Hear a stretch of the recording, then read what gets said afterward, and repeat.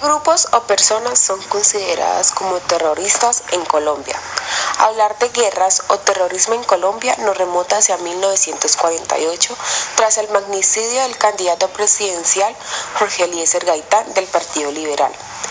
Este suceso se le llamó el Bogotazo, cuyo asesinato dividió en dos a la capital colombiana y al resto de la nación.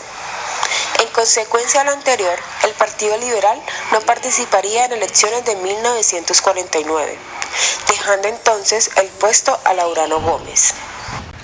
Así pues, hacia el 10 de mayo de 1957, los conservadores Laurano Gómez y Mariano Ospina y el liberal Alberto Lleras Camargo instauran un acuerdo entre el Partido Conservador y Liberal. Dicho pacto consistía en que cada movimiento político tendría el poder cada 4 años, dejando como resultado al general Rojas Pinilla fuera de su dictadura y se exiliaron en España. En consecuencia de la creación del Frente Nacional, el poder seguía otorgándose a las élites políticas, mientras que el pueblo seguía con sus principales necesidades: educación, trabajo y salud.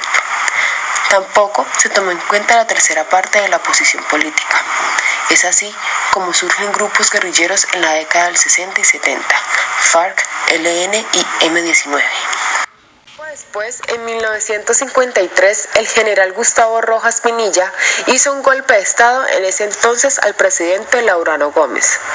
Esto lo avaló la asamblea y le da la presidencia a Gustavo Rojas Pinilla, que inicialmente solo sería por 3 meses, pero que en realidad duró 5 años.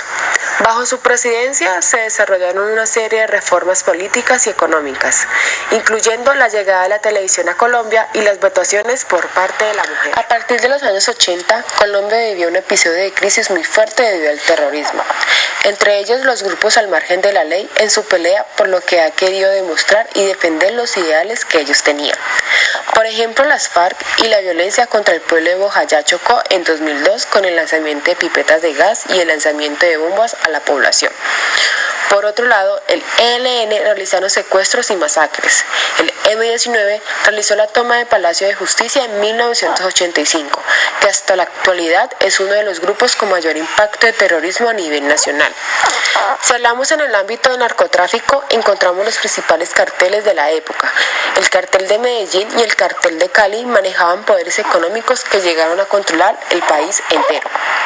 Tras la muerte del mayor líder narcotraficante Pablo Emilio Escobar Gaviria, el cartel de Cali tomó la rienda del narcotráfico. Palabras de la profesora del área de Comunicación Social y Periodismo de la Fundación Universitaria Católica Lumen Gentium, Gianni Guerrero, especialista en desarrollo comunitario y maestría en comunicación. Colombia es un país con un conflicto interno desde hace más de 60 años, que ha causado delitos de lesa humanidad y dejando una historia marcada en el camino. Pero los grupos guerrilleros no son los únicos denominados como terroristas en el país. Según el abogado Fabián Álvarez, asegura que los actores políticos también han sido involucrados en actos terroristas, como es el caso de los falsos positivos que involucran al expresidente Álvaro Uribe Vélez y a su gobierno. De estas organizaciones, el pensamiento político y analítico. La guerrilla es un movimiento de izquierda, los paramilitares una organización de derecha. Lo que une a estas dos organizaciones es el terrorismo, masacres, tomas de pueblos, secuestros y personas desaparecidas son algunas de las características que comparten los dos tipos de pensamiento rebeldes al margen de la ley. Actualmente, una de las bandas criminales más buscadas en los últimos años es el Clan del Golfo. Es una organización terrorista y narcotraficante que por sus actos delictivos y homicidios a miembros de la Policía Nacional han tomado gran importancia en el país y parte del mundo ponga sus ojos sobre esta organización. Es así como la palabra terrorismo se da a entender como una problemática que abarca grupos criminales que generan pánico en una sociedad. El terrorismo no solo se da desde los grupos al margen de la ley.